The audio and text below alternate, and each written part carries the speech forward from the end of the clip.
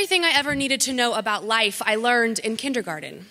When my mind was as shapeable as the number 2 pencils I sharpened, and a hunger coursed through each atom of my carbon being, believing that the edge of the world was the fence of my playground. Or maybe it extended to my bus route home, where the sound of my mother's voice let me know I never had to walk through that door alone. Now, years removed and miles apart, the doors I walk through are no longer scuffed from repeated traffic of old shoes or smudged from greedy fingers on the glass part, but still, I know that nothing moves with the speed of my mother's beating heart. In kindergarten, in kindergarten, I learned that the rules of recess were law. And sometimes you have to get knocked down just to learn how to pick yourself back up. Brush off the dust, maintain grace while saving face, and remind your legs that they know how to walk. Remind your lungs that just because they got the wind knocked out of them does not mean they won't be able to find oxygen again. And again, because when you forget your breath, it's your lungs that remind you to just breathe in. In kindergarten, I learned that sticks and stones will break your bones, but words, they can crush your soul. Don't be wasteful. Words can be like a meal, and there are starving children in this world. Remember when our words had life and death stakes? I crossed my heart and hoped to die. For all the prinky promises and secret handshakes, all the hold me when I cry moments, thank you, friends, because there have been a lot of them. Except now, they look like 2-hour phone calls at 3 a.m. They look like telling her the hard thing because that's what she needs to hear right now. They look like a change of plans because some things are more important than what I had in mind. I hope I forget that somewhere along the lines, I learned it can be easier to lie. But instead, I remember to always see the world with a simplicity that is childlike. In kindergarten, I learned that I hate you means I love you. But I've learned a few amendments since, like, I love you means I love you. And there's more safety in those 3 words spoken from sincere lips than there is in any hospital-administered IV drip. Sometimes I still let old habits slip. I'm not proud of it, but I can still throw punches just to get you to look at me. I admit it's not constructive, but I'm so used to guarding my heart now that I have more weapons in my arsenal. Please be patient, because it scares me when my walls start to crumble. Truth is, I'm scared of a lot more now. I was fearless in kindergarten. Before, I was left out in the sun a little too long and my lush soil began to harden. Now, I'm scared of being obsolete. I'm scared of not being the me my 5-year-old self dreamt up so clearly. I'm scared of mediocrity. I'm scared that the darkness in this life will inhibit my ability to see in color. Like a 1950s TV, the story's still there, it's just not as bright. I don't want my life to be exclusively black and white. In kindergarten, I learned to paint this world with all of the colors of my crayon box. Today, I'm feeling fire engine red. The sky, it's cerulean. These tears, ocean tide blue. Even though sometimes they feel like salt in the wound, however painful, they always help to heal. Or water my sun-dried soil. Return its leaves to emerald pine green with all the brightness and boldness that this 26-year-old mind can hold. Because if there's one thing I learned when I was 5, it's that I hope I grow up, but I never grow old. Thanks, guys. My name's Cameron. Oh, thanks. I wasn't fishing for that, I promise. My name's Cameron, and like Sarah said, I'm from Texas. Hook 'em horns. I've been living in Los Angeles about 4.5 years. I'm an actress and a writer. I've worked in production in all sorts of different capacities. And like most of you, I'm just someone who's trying to navigate this shared experience we have called your 20s. I often wonder why I am the way I am. I think it's a pretty common thought, and I don't mean to sound so existential, but I just don't think I have potential to be something I'm not. They say you should write about what you know. Peace. See, the funny thing is, for me, the page is my teacher, and the harder I reach for an answer, a clue, something to hold on to, I realize how clueless I was from the start. Back to the topic, peace. So I started thinking about peace and what I was going to say, what does it look like, what does it mean to me, and I couldn't come up with what to say. Ironically, this opportunity kind of came up at a time in my life that's a little unpeaceful. I'm feeling a little unrested, exhausted, actually. You know it's a bad sign when instead of trying to get the right amount of sleep, you just buy better concealer to like cover up the bags on your eyes. It doesn't work. I'm still tired. But 2013 has kind of already thrown me for a little bit of a loop. It's been marked by a breakup of sorts and a death in the family, a birthday. No one likes getting older. And just kind of this profound dissatisfaction, both personally and professionally. Things that I've been feeling for a while, but they've kind of come to a head this past month. And this has been sort of a hard thing to reconcile because I always considered myself to be someone with an unassailable confidence, just like impervious to anything life was going to throw at me. And I think for the first time, I'm kind of viscerally feeling life can be heavy. And maybe some of you guys are at that place right now too. You're feeling a little overwhelmed, a little anxious about things, or maybe you were like I was when I was a senior in college. I'm like, that might happen to them, but not to me, never to me.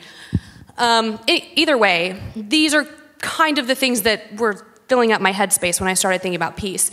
But you guys woke up early, you walked across campus, you don't want to hear some like cynic, so I was like, hey, Cam, get positive, think about something positive. So the thing that kept spinning around in my head was that old hymn. You know, you guys know it.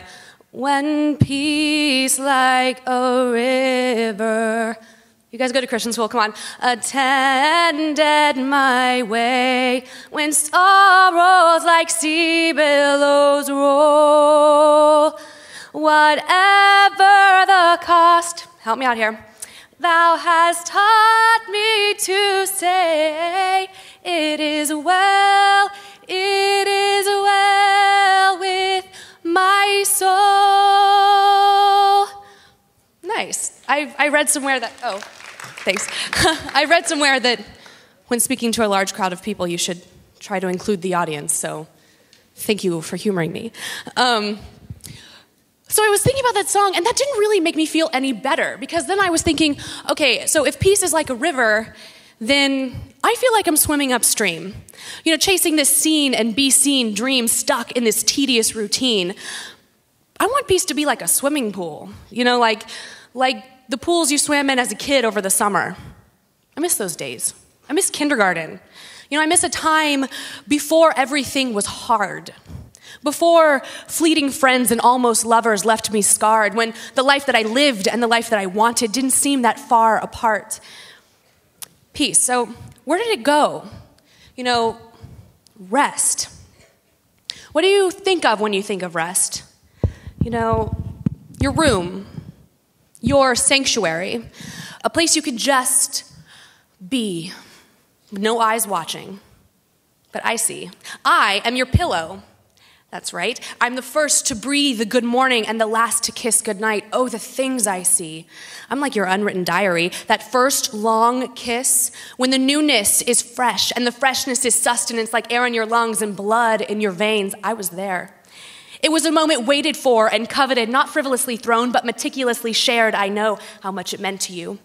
I saw it seeping saccharine from your smile as you sung yourself to sleep. No friend, however close, sees those secret moments that you keep, but I see. You share your joy and also sorrow. Can't you tell that present pain is mere perspective for tomorrow? That pain, those tears, they don't come out pretty. In your pursuit of perfection, you don't let people see, but in the stillness of your suffering, you divulge yourself to me. That emptiness is palpable, the loneliness real, the paleness, the staleness, the utter frailness of it all takes a toll on your world-weary soul, I can see. I wipe the wetness from your face like the sweet touch of a mother's grace. Breath, rest. I hold you, enfold you, never scold you, encourage a bold you. When no one else will, I listen, I see. I am the gatekeeper of your day and the facilitator of your dreams. What precious cargo I hold. I cradle you gently as your mind slips away, then usher you out to let God have his way. I entertain your desires and give flight to your fantasy. You're so unique. Can't you see? I can see. I just might be the most intimate relationship you've ever had. Always forgiving, never condemning. Rest. That ever-evasive, somewhat mythical, seemingly unattainable figment of your imagination, creation, elation, I see, mastication, when the world chews you up and spits you out, when your faith is eclipsed by the shadow of your doubt, I can see. I accept to the innermost part of you, to the very heart of you. I can see, I don't judge. Now come, find rest. That was actually the first piece I ever wrote, the first poem. Thanks. About a year and a half, sorry, a little bit less than a year ago, I had this like inexplicable desire to pursue spoken word poetry. I had never heard it before. I didn't have friends that did it. I had no idea anything about it. It's not exactly like a cool thing to say you do. But I found an open mic night, and I went and I watched and I wrote that piece the next day, and then the next week I performed it. And as I write more, it's always amazing to me how grounded it can make me, how much perspective it gives. Like all art, I'm sure most of you or a lot of you are artists, like all art, poetry is kind of born out of emotion and experience. And of course, those can be good things, love, laughter, friendship. But a lot of times it comes from a place of pain, of frustration, of emptiness and heartache. It's art. People create from places that are most impactful. And so as I'm writing, I kind of come to this realization that no matter how dark a place I start writing, as the piece takes shape and as it comes to life, it always ends in a positive way. Light inevitably shines through. And this was such an amazing revelation to me because it helped me remember that I can be stressed and a lot of times things are going to be hard, but at the end of the day, I'm still an optimistic person. I'm still the person that truly believes things are going to be okay. I still seek to be a light. And I want to encourage you guys to seek out and cling on to things that make you come alive, that remind you of who you are, who you truly are, and who you want to be. I write poetry. It's not a New York Times bestseller. It's not an epic HBO miniseries yet. It's just a small moment. But that's what life is, just a series of small moments. I was talking to a girlfriend about this recently, kind of about the same thing. She was going through one of these similar quarter-life crisis, so to speak. And in case you haven't picked up on it, guys, let me just be explicit. This will happen to you. Your 20s are hard. There's no instruction manual. There's no syllabus. You will experience seasons of joy and seasons of struggle. Get ready. But I was talking to my girlfriend, and she was upset, so I just started sending her text messages of things that make me happy. I mean, like silly things, simple things, like coffee in the morning, being appropriately attired for the weather, Law & Order SVU marathons, finding a meter with time left on it. And she started sending me back things, and I mean, granted, cheesiness level of these text messages is what's like Lifetime movie status, I'm aware of that. But it got me thinking, there is goodness here.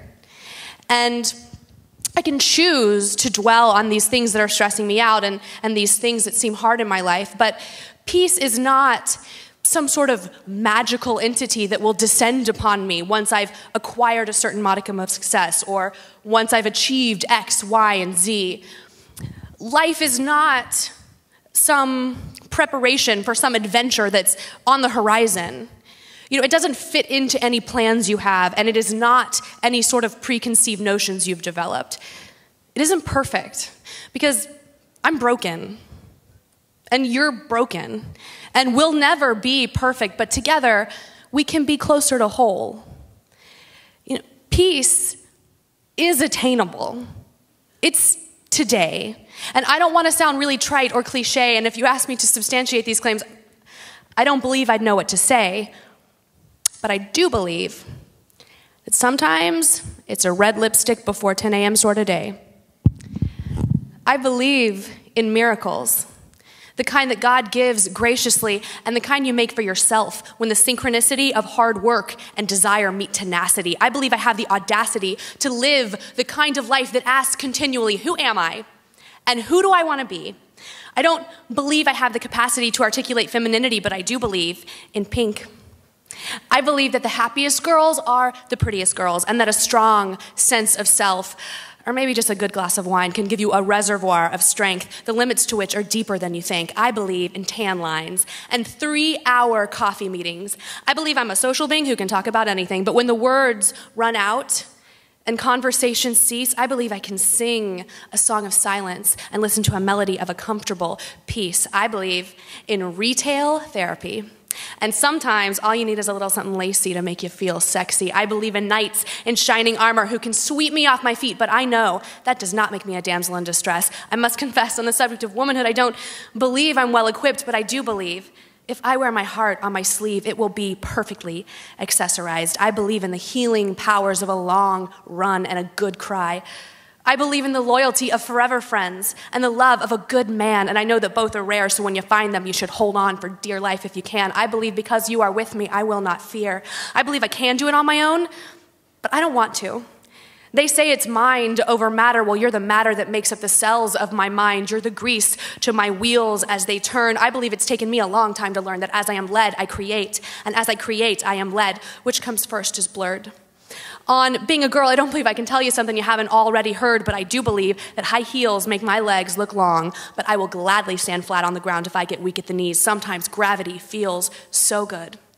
I believe I have a devastating poker face, until I'm called on my bluffs. I believe I am enough. I am enough, I am enough, I am enough. I do not believe that one easily, but I will repeat it until it comes to my mind freely. I believe I can kill with a smile, and in the same breath, calm with a kiss. I believe in the utter complicatedness of my emotions, and that sometimes through that mess, I am able to see things with perfect clarity and simplicity. There's an irony in that duality that is me, fundamentally a constant contradiction, a Jekyll and Hyde, a working depiction of trying to reconcile my out and inside, still a steadfast conviction. I will let my heart be my guide, whether fact or fiction, is unpredictable yet constant as the tide. I don't believe you should listen to a word I say, but I do believe that I'm a woman who doesn't have many answers, but is pressing on anyway.